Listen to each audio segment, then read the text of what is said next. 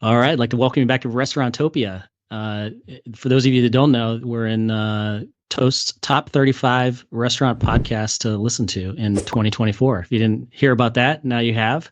So we're excited about that. Here with my buddy Anthony Hamilton. How you doing, Anthony? What's happening, Dave? How you feeling? Doing fantastic, buddy. And then we're excited to have the second half of our discussion with Jason Brooks. Jason's a professional speaker, author, and coach. Really adamant about the coaching aspect of that, and is coming out with a I think book you here forgot on Dynamo. Dynamo. You Yeah, forgot Dynamo. Yeah, you forgot Dynamo. This man's a Dynamo. Let's go. he's gonna turn. Just don't turn around to show like the big, huge battery on your back. You know what I mean? Oh, is that from? You talking about what is that? Running Man. Oh, we got both Running Man, Energizer Buddy. I like it. I like it. Oh man, good Yeah, stuff. great. So Jason's book, depending on when this episode drops, may or may not be out, but if it's before or after March 18th, it's called Every Leader Needs Followers, 10 key takeaways, or I'm sorry, 10 keys to transform restaurant managers to hospitality leaders. So in the first episode, we went through the first 5. This is the second 5. The nice thing about Jason's book is that even if you miss the first 5, stay here. They're not necessarily have to be consumed in order. These are keys, not necessarily sequential keys, but keys to transforming those restaurant managers into hospitality leaders. So Jason, thanks for joining us again. We appreciate it. Thank you. Thank you. Let's jump right in, man. We're at mastering your meetings. And I'm glad you brought it up that it's not something created to be read from front to back. It really is built that you can look at 2 or 3 keys within this book and say, I just want to read more about that. And it's written in a way that it doesn't take 20 hours out of your month in order to read this. It dives right in. It gets straight to the guts. And then it's broken down into 3 key sections. First is the main course, pun intended, and then the takeaway. The takeaway is the main course, but written in 3 to 5 chapters for those managers that have even less time, or they've read the chapter and they just want a nice, quick, high-level overview of what's in that key. Then the last part is the angle. The angle is also special. It gives a different view of that exact same key from industry figures that I've had the honor and privilege of working with, or great quotes that I found online that just align with that key. So key number 6, master your meetings. Master your meetings is something that we've got to get better at. And this is every industry. It's not just hospitality industry. Master your meetings is one, if you're going to have a meeting, have a reason as to the why you are pulling people out of position and sitting down at a table. The only reason why you should have a meeting is you're making a choice that if those people at that table weren't sitting there, you were not able to meet that next step. If those people that's at that seat have nothing to do with that choice, why are they in the meeting? Master your meetings is definitely something that there's a few tips and tricks within this key that makes us better at it. One of the tips is make sure you send out a pre-read. Make sure you send out some kind of information if it's not a regularly scheduled meeting. If this is a new meeting that is just coming up because of some new information, send out what it's going to be about. How many times have you been in a meeting and got surprised at the content that's in there and it pisses you off? Like, if I would have known, I would have got some stuff ready for this because I feel really strong about this topic. Or the other side of the coin is, if I would have known, I would have not come to the meeting because now I'm going to go to my emails because I have nothing to do with this. Right? Exactly. So always send a pre-read if it's a meeting that's not on the regular. If it is on the regular, always have an agenda. The agenda should be for both. With the agenda, my suggestion, I do suggest that you have your big rocks on your agenda. Big rocks we've all heard of big rocks, But although we love acronyms, I do propose a new acronym, BIG, B-I-G. Not just because I love the rapper, but B-I-G. B, the big rocks, it should be believable. Whatever the main focus is for your company, for your restaurant, for the year, has to be believable. I, intentional, meaning that you have to be putting effort behind it. It can't just live on a piece of paper on a wall in a frame. There has to be some intention being put behind it from everyone that's in your company. And then G, grounded.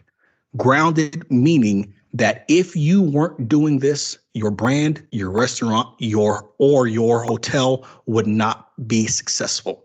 So you have your big rocks, 3-4 items of those things that you're always covering. And then you have your whirlwind items. Your whirlwind is all the things that are important, but just drive you crazy.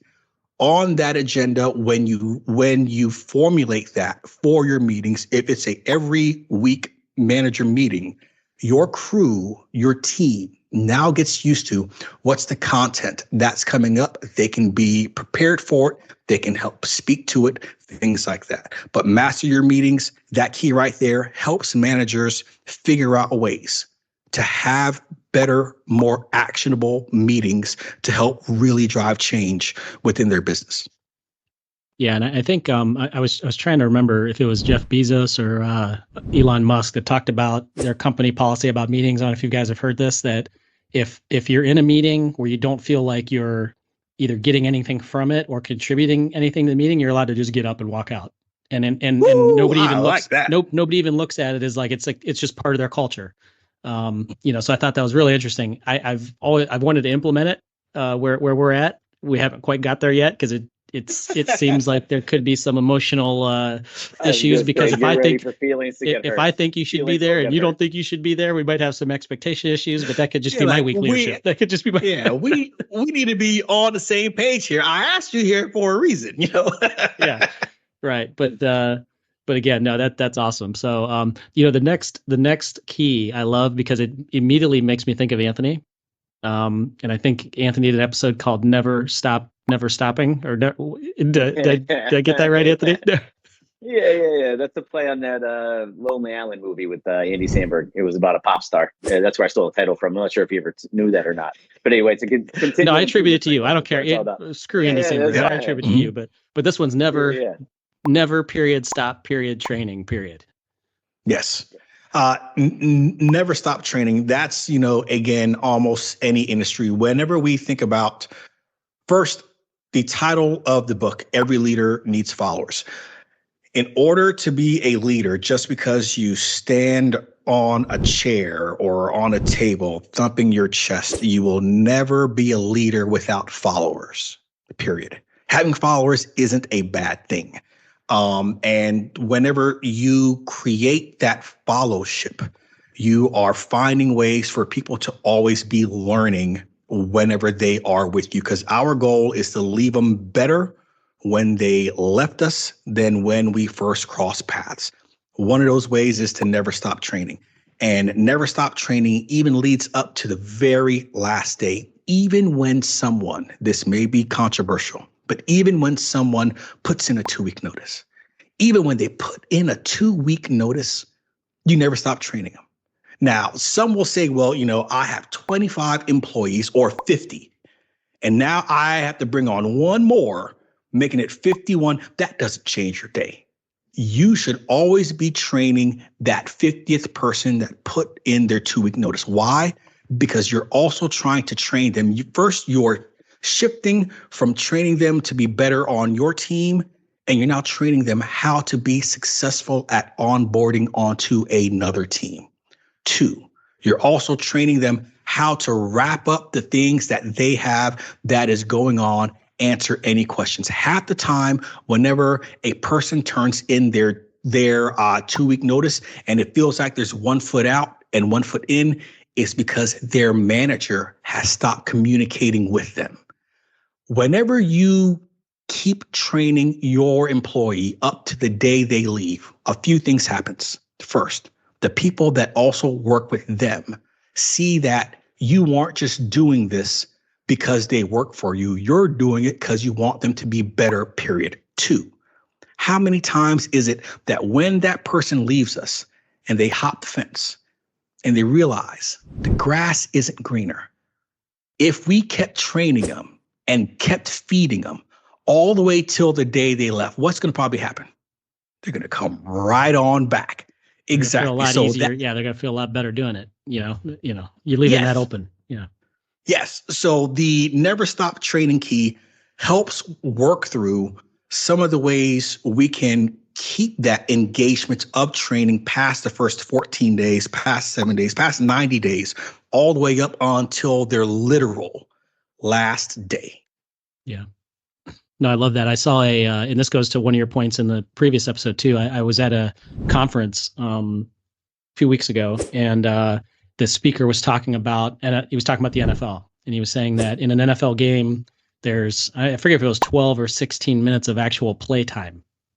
The actual, that play is going on in a 60-minute game. It's like, it's crazy. Like the small amount of 60 minutes of actual play that's happening. And he talks about like, how many weeks these players, get ready for that game, that 12 minutes, and they spend 60 hours a week getting ready for 12 minutes. And you go back and you're like, okay, Tom Brady's been in the league 20 some years and he's still putting in 60 hours for 12 minutes. It's not like all of a sudden, he can put in 50 or 30 or he's been doing it so long. He's so good. He's putting in 10. No, for that 12 minutes, you need 60 hours. He was like talking about that. And it was kind of, it alludes to your kind of a little bit of your basketball analogy earlier and stuff. So I thought that was like, pretty powerful, but it's always, you got to keep doing it. And that is the highest level level, Yep. I hate Tom Brady, for the record. Hey, listen. Putting that out listen. there.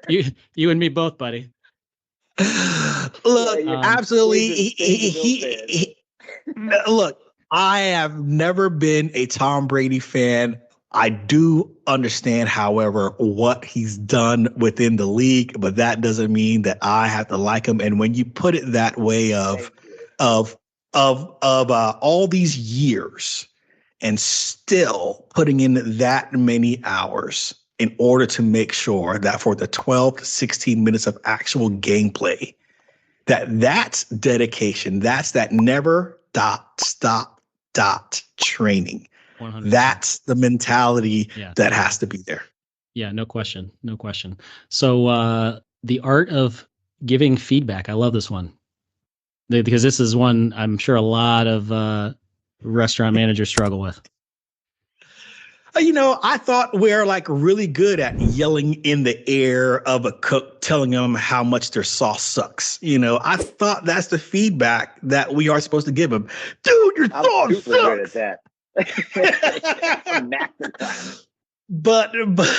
But whenever we think about the art of giving feedback in a restaurant environment, there's a lot of noise. I mean, chimes that are going off, beeping, buzzes, phones, flashing, you name it. There's so much stuff that is going on.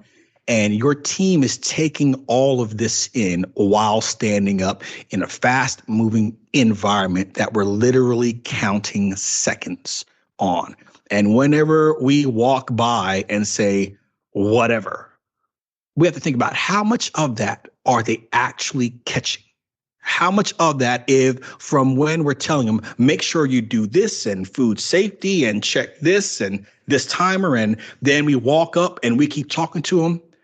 That's not good feedback. So one of the main parts of this key is choosing the right environment to give the right feedback in order to get them to understand what you're trying to get through to them. Now, that doesn't mean in the moment feedback isn't needed. It absolutely is. And especially when it comes to personal safety or food safety. But when it comes down to development, you can think that you did the best Morgan Freeman style voice in their ear, standing at their station to give them feedback. Like, boy, I nailed that thing. They know exactly what I'm talking about. But all they heard was, chef thinks I suck.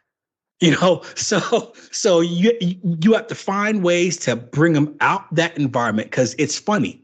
whenever you're asked to sit down, how much your brain shifts, how much it shifts to actually listening versus just trying to balance everything that is around you. So the art of giving feedback walks through different tips and tricks to get you to land the feedback the best way in a high stakes environment like a kitchen or hotel. Yeah, I love a lot of that.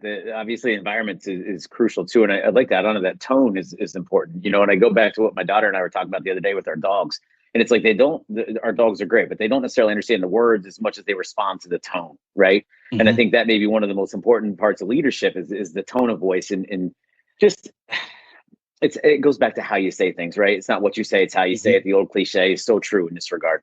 Yep. Yeah, whenever you think about the tone of how we say what we say, we can either slow things down to where it drags them in and brings them in closer, or speak it very quick, and then they're really trying to understand and make that connection through the sentence to pick out the very best words at that moment, and they only pick up the action words. It's kind of like the emotion of finding a $20 bill in a washing machine or losing one. And what I mean by that, you get more frustrated at losing a $20 bill was in your pocket because it's a negative event. When you're giving feedback and it's in a negative tone, the negativeness of it resonates more. You may get happy at finding a $20 bill, but if you really think about it, you find the 20, you're like, hey, I found a 20, and then your day goes on. But when you lose that 20, you're like, man, I can't believe, like 3 hours later, I can't believe I lost that $20 bill. That's exactly what you're speaking on, that the negative resonates a lot more than the positive does. Not to say that we shouldn't be negative, but when you figure out the art of giving feedback in order to get the point across that you need to in the right environment, and we can't always do that within our restaurants. It's so busy. But when you find that time, when you make that time and it's a topic that is very important, how it resonates and then actually makes change is much more worth it. Yeah. And I think once you understand that negativity bias, that the human nature that we have, that's an awesome takeaway. I love that. All right. I know you were jazzed about this one, Jason, because when we were talking right before this episode, you kind of were like, I love this one. So closing the gap. Give us the. Oh, man. Okay. This is another one of those, but let's just get right into it. We live the two-wheel life. Do you know what that means? Okay. No. Not that we ride motorcycles, but restaurant managers but restaurant managers live the two-wheel life, meaning that although our vehicle has four wheels, we're pulling into the parking lot so damn fast that it's just about on two tires. Car door open, left big toe dragging on the ground, trying to get out. And why? Because we got the 16th text with the fourth picture of the clothes from last night. And then payroll called. They said someone forgot to clock out last night, and they can't do payroll until you log in the portal and change their hours. So you are pulling in, speed walking into that building. You can't even remember the last half mile of your way into the restaurant because you went into war mode.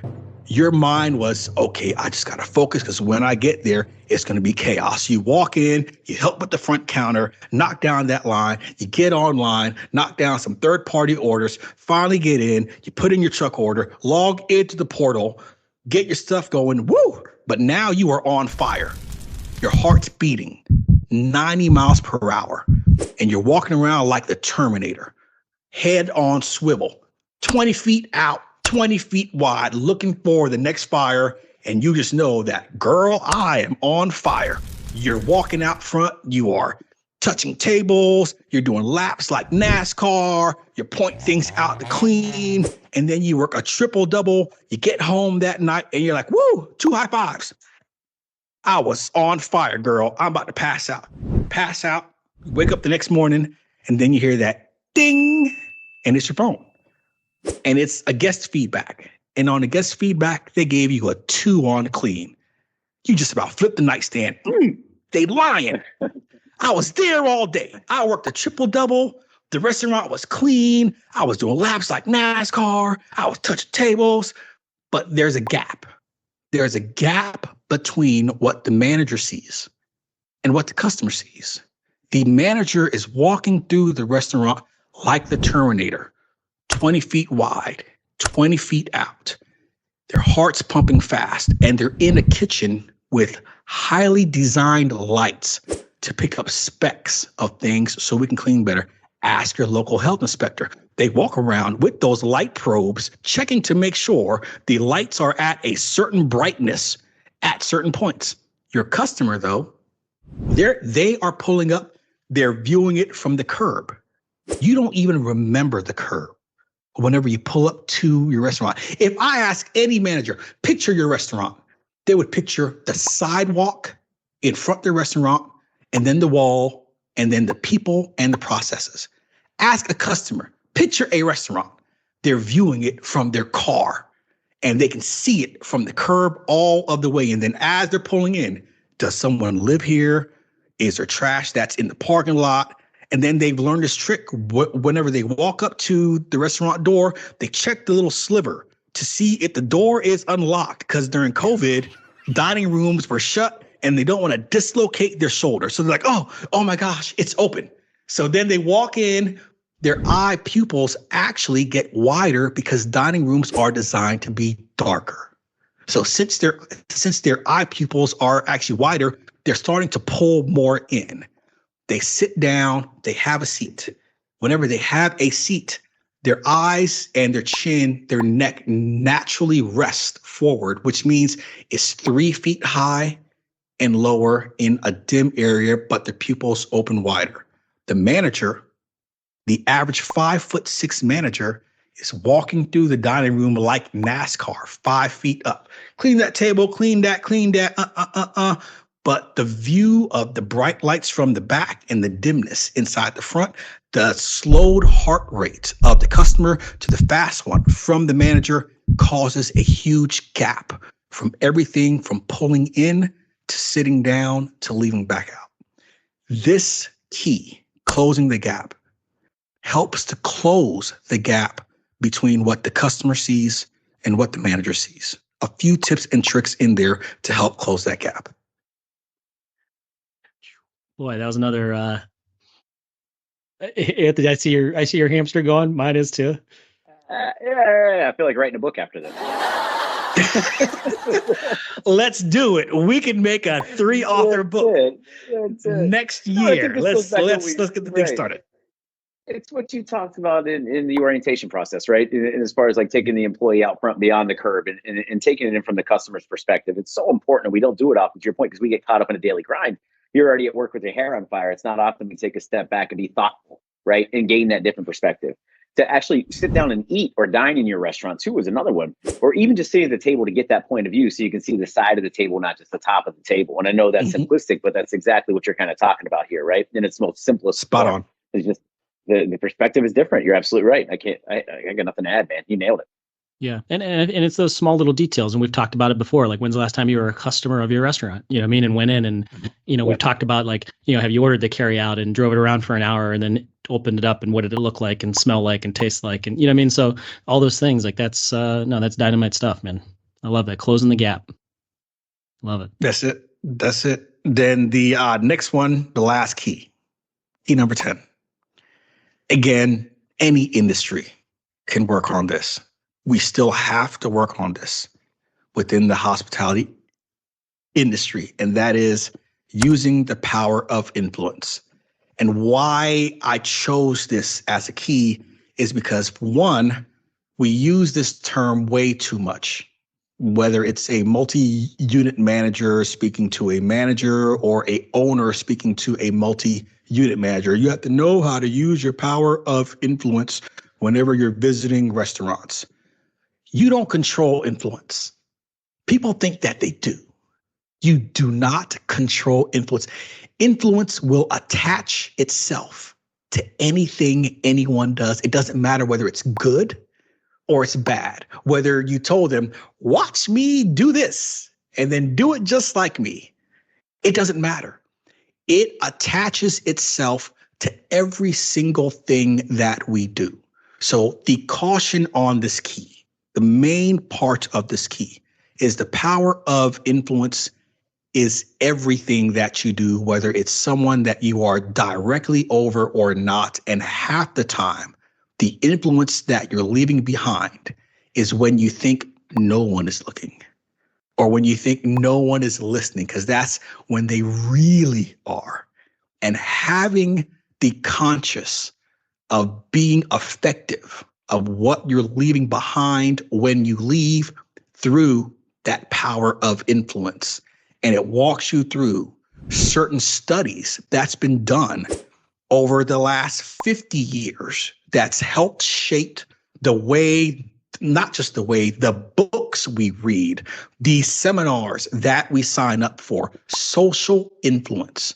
It's one of those things that's actually been studied over the last 60 years, and it breaks down the different levels of those social influence and then some watch outs when you attempt to use this type of influence within your restaurant.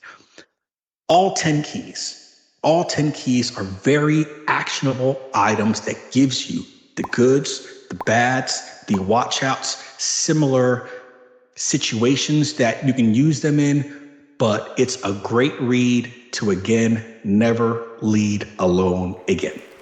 Yeah. Dude, I can't think of a better way to end this, man. Awesome. Dude, this was Jason. This was meeting you prior and knowing we were going to have this discussion about the book. Like, thank you for sending us a little advance on what's coming out. We appreciate that. But man, this is phenomenal. I mean, honestly, this could have been 4 or 5 episodes if we really got ripping. And listen, we'd love to have you back once the book's launched. We'd love to understand. Actually, tell the listeners a little bit about what you're doing with the book launch, because I think that's important. Yes. So, when I sought out to first write this book, I wanted to first write it with more than just my voice. If you hear me now on this podcast, yes, you can hear my voice. But when I was writing it, I wanted it to be the voice of everyone that I was working with, and also their view to it. I also wanted to make sure that when I went into it, how can I use voices of different leaders within the industry to make sure that people have the different angles? And then not only just that, I didn't want it to be just a memoir. I wanted it to be actionable. Last piece, I didn't just want to launch a book just to launch one. I wanted to understand, how can I give back to an industry that has given me so much in the last 30 years? So I partnered with givingkitchen.org. Giving Kitchen helps food service workers in need. I want to give $30,000 in 30 days. That's $1,000 per day for every year the industry has given me. I want to give $30,000 in 30 days back to the industry that's given me so much. Food service workers make their life off of serving others. Giving Kitchen serves food service workers that need help, because a lot of us don't have insurance. A lot of us don't have a pension plan, don't have 401k. They actually help food service workers that run in a tight bind, things that are outside of their control, or help find services near them. They've given out over $8 million since it first started in 2013 to food service workers. So awesome. My goal is to put this book into the hands of 10,000 food service workers. Giving Kitchen helps food service workers in need. I help food service workers transform into hospitality leaders. So whenever you buy the book, you can actually get the book, give something back, and get a tool for your team to help them lead better within their business.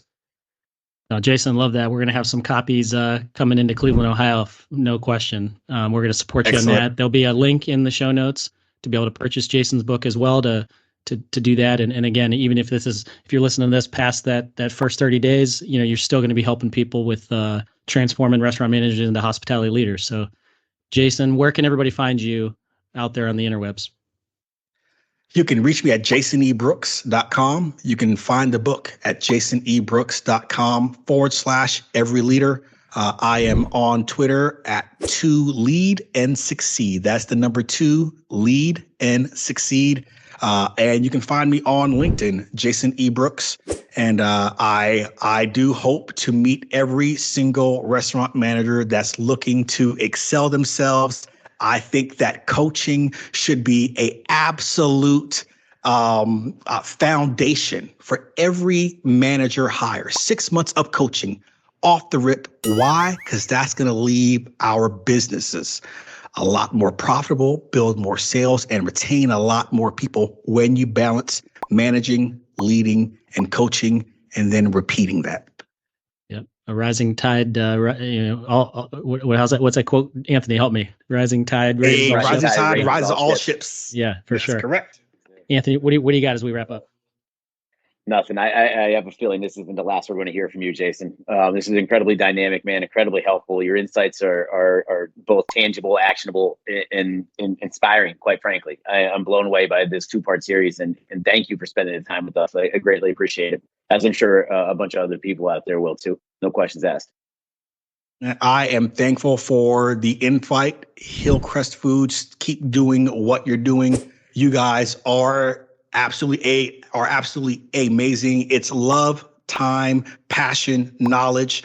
You're doing more for small business owners than just dropping off some groceries. You are finding tools to help make sure that small business owners that need the most support can help find it within their family. You've created a wonderful family. Keep doing what you're doing. Anytime you want me back, let's kick it. Let's find some more ways to make people more money. Absolutely. Jason, thanks so much, man. Really appreciate you. Everybody, thanks for listening, and we'll catch you on the next episode. Thank you.